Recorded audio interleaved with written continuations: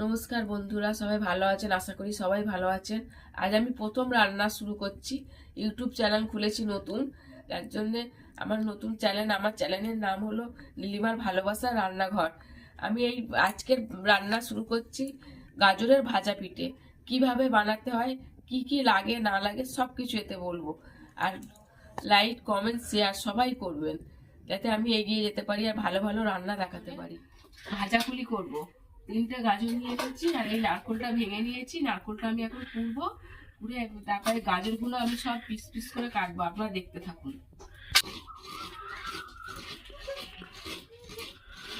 নারকোল পোড়া হয়ে গেছে, আমি এবার নারকোলটা ভালো করে থালায় তুলে নেব।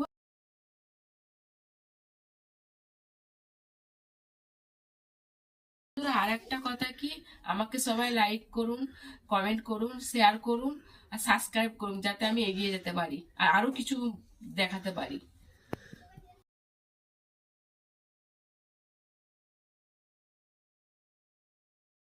বন্ধুরা, আমার ছেলে গাজরটা ছুলে দিয়েছে।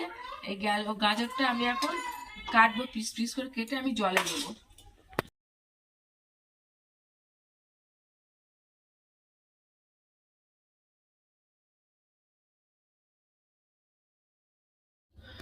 বন্ধুরা, আমি এই ভালো করে এটা জলে ধুয়ে নিচ্ছি, যাতে কোনো কাদা না থাকে। আমি এই মিক্সির মধ্যে দিয়ে দিচ্ছি।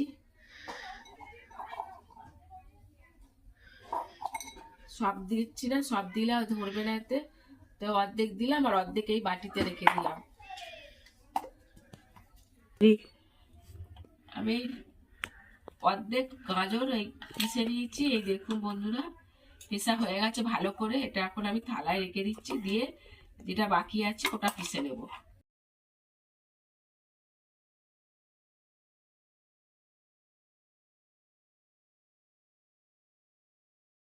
পেশা হয়ে গেল গাজর। আমি এটা রেখে এবারে এই গুড় নিয়েছি, নতুন গুড় পাটালি, নতুন পাটালি নিয়েছি। আমি এটা এখন ছুলে নেব।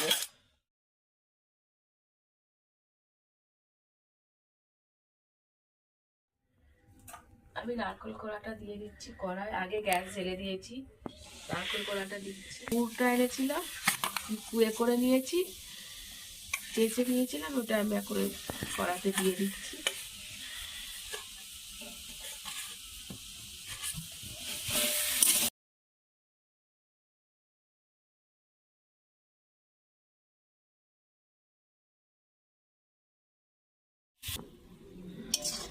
এই নারকেল আর গুড় দিয়েছিলাম, এই জলটা বেরোচ্ছে, এই জলটাকে পুরো শুকনো করতে হবে আর এই নারকেলটাকে চিটচিটে করতে হবে, তাহলে খেতে ভালো লাগবে। অল্প একটু গোলমরিচ গুঁড়ো দিয়ে দেবো, যাতে স্বাদটা একটু ভালো হয়।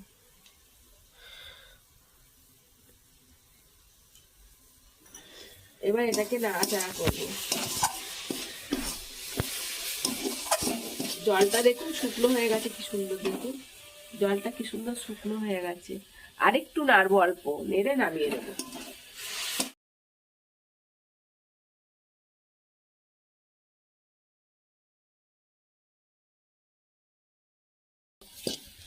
এটা আগে থেকে ধুয়ে মুছে পরিষ্কার করে রেখেছিলাম, এটাতে আমি ঢেলে নেবো।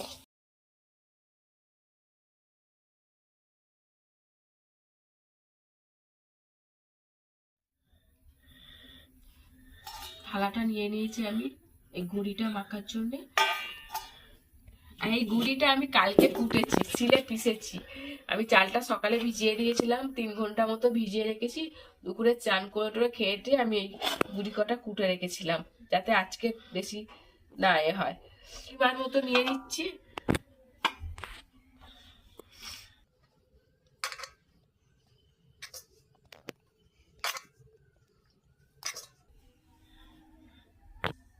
এই দেখুন, এইটুকু চাল গুঁড়ি নিয়েছি, এতে আমি গাজর পেস্ট করে, এই দেখুন এইটুকু চাল গুঁড়ি নিয়েছি, এতে আমি গাজর রেখেছিলাম যেটা ওই মিক্সিতে, ওটা আমি দিচ্ছি। এটা আমি জল মেশাবো না, গাজর দিলাম, গুঁড়ি দিলাম, অল্প চিনি দিয়ে দিচ্ছি, পরিমাণ মতো নুন দিচ্ছি। আর একটু খাবার সোডা দিচ্ছি।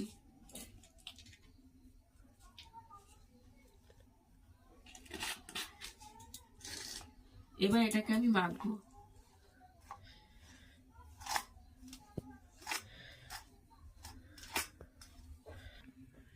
10 টাকার গুঁড়ো দুধ নিয়ে নিয়েছি, এটা মিশিয়ে দেবো।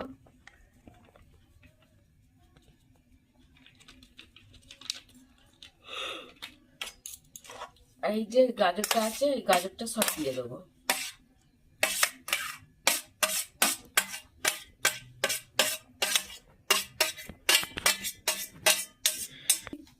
এবার মেখে নিচ্ছি আমি এটা ভালো।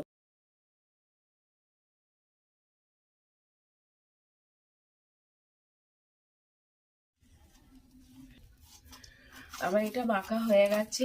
এবার আমি এটাকে কিছুক্ষণের জন্য চাপা দিয়ে রাখবো। কিছুক্ষণ বলতে তাও 10 মিনিট চাপা দিয়ে রাখবো। পর আমি আবার চলে এলাম। 10 মিনিট পরে এসে আমি এটাকে খুললাম, খুলে এবার এটাকে দেখছি ঠিকঠাক আছে কিনা। হ্যাঁ, এই তো ঠিকঠাক হয়েছে। এই দেখুন, বানিয়ে নেব।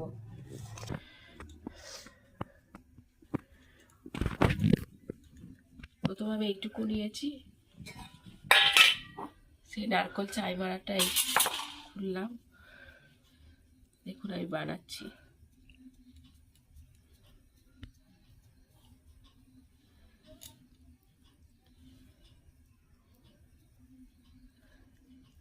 এটা একটু নরম হবে, আপনারা চাইলে শক্তও করতে পারেন, কিন্তু নরম হলে এটা পিঠেটা করতে সুবিধা হবে।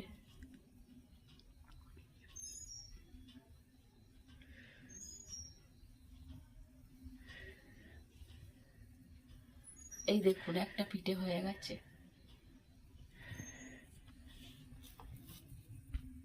আমি এইভাবে পিঠে একটা একটা করে সব বানিয়ে নিচ্ছি। কটা করেছি, এই আমার ছেলে করছে দেখুন। বললো আমি এক এক রকম এক একটা করবো। দেখুন পিঠেগুলো দেখুন, এই দেখুন আমার ছেলে ফের বানাচ্ছে দেখুন।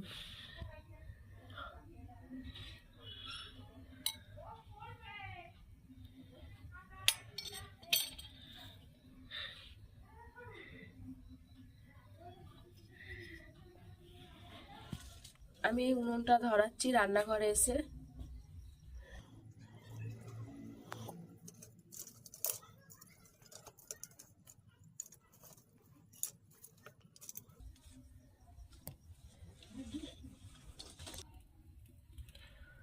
কড়াটা গরম হয়ে গেছে, আমি এখন তেলটা ঢেলে দিচ্ছি।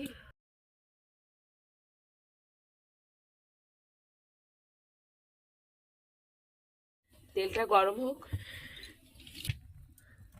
বন্ধুরা, দেখি একটু তেলটা গরম হয়েছে কি হাত দাপ দিয়ে।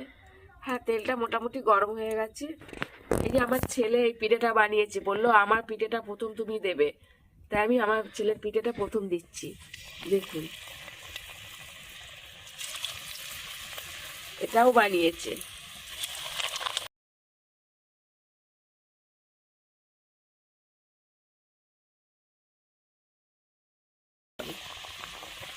আপনারা দেখুন,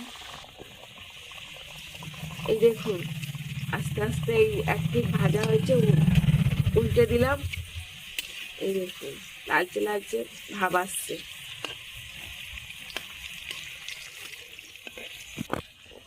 ভাজা হয়ে গেছে। আমি এবার খুন্তিটা না, আমি ছাঁকনিটা দিয়ে আমি তুলে নেব।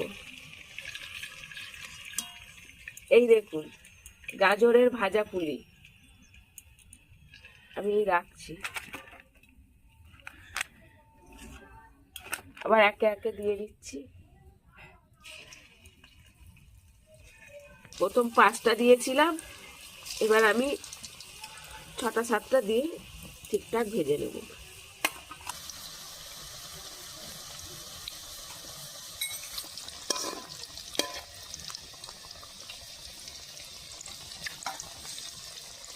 এই দেখুন এই পেপারে রেখে দিয়েছি, পেপারে রেখে দিলে পেপারের তেলটা টেনে নেয়। এই দেখুন পিঠের গা থেকে পেপারে রেখেছি, তেলটা পুরো টেনে নিয়েছে। এই দেখুন তেলটা এই বানানো হয়ে গেছে। এই দেখুন কত সুন্দর হয়েছে, সেই আমার ছেলের পুরুলি পিঠে। এই দেখুন, এই যে দেখাচ্ছি, দেখুন কত সুন্দর হয়েছে পিঠেটা। আমি একটু খেয়ে দেখছি কেমন হয়েছে।